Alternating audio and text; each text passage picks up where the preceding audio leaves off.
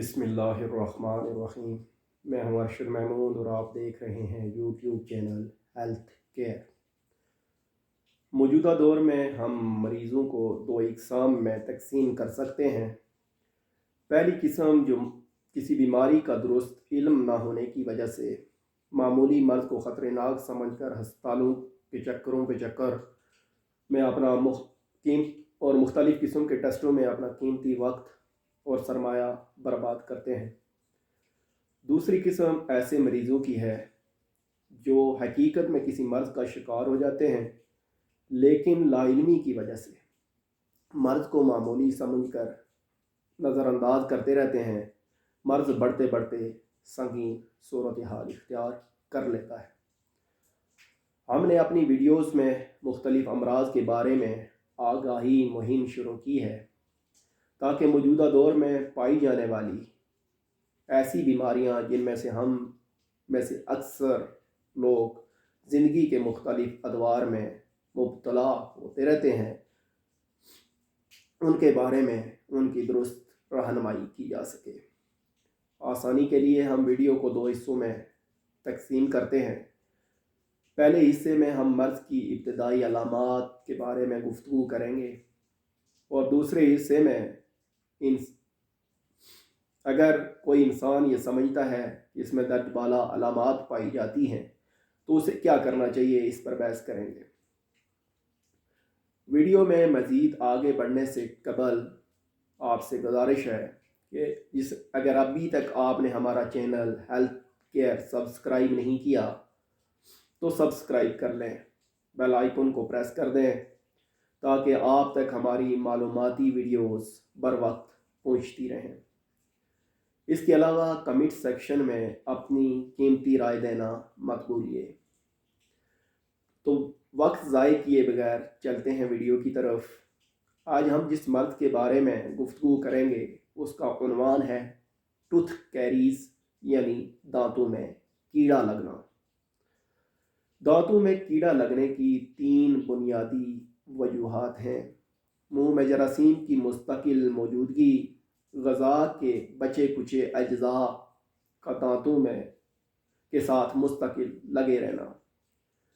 کچھ لوگوں میں یہ مرض موروثی بھی ہوتا ہے۔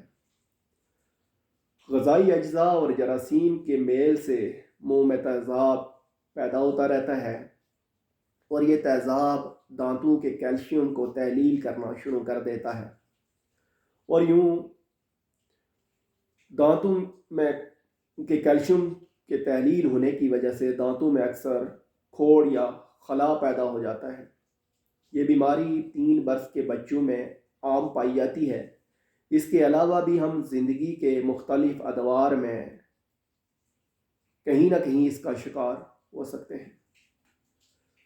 غذا میں شوگر یعنی چینی کی زیادہ مقدار بھی دانتوں کو نقصان پہنچاتی ہے، کیونکہ ایسی غذا میں وٹامن اور دیگر غذائی اجزاء کی کمی ہوتی ہے، جس سے جسم کی مناسب نشوونما، جس میں ہمارے دانت بھی شامل ہیں، نہیں ہو سکتی۔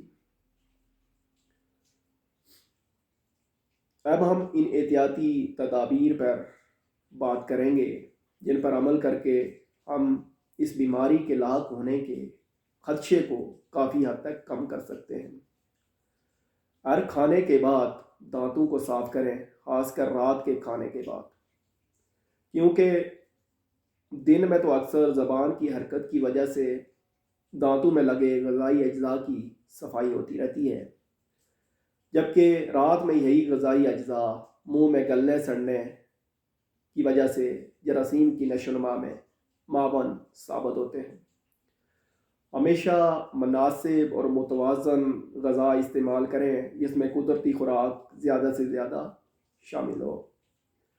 اگر ممکن ہو تو سال میں 1 دفعہ دانتوں کے ڈاکٹر سے اپنا معائنہ ضرور کروائیں۔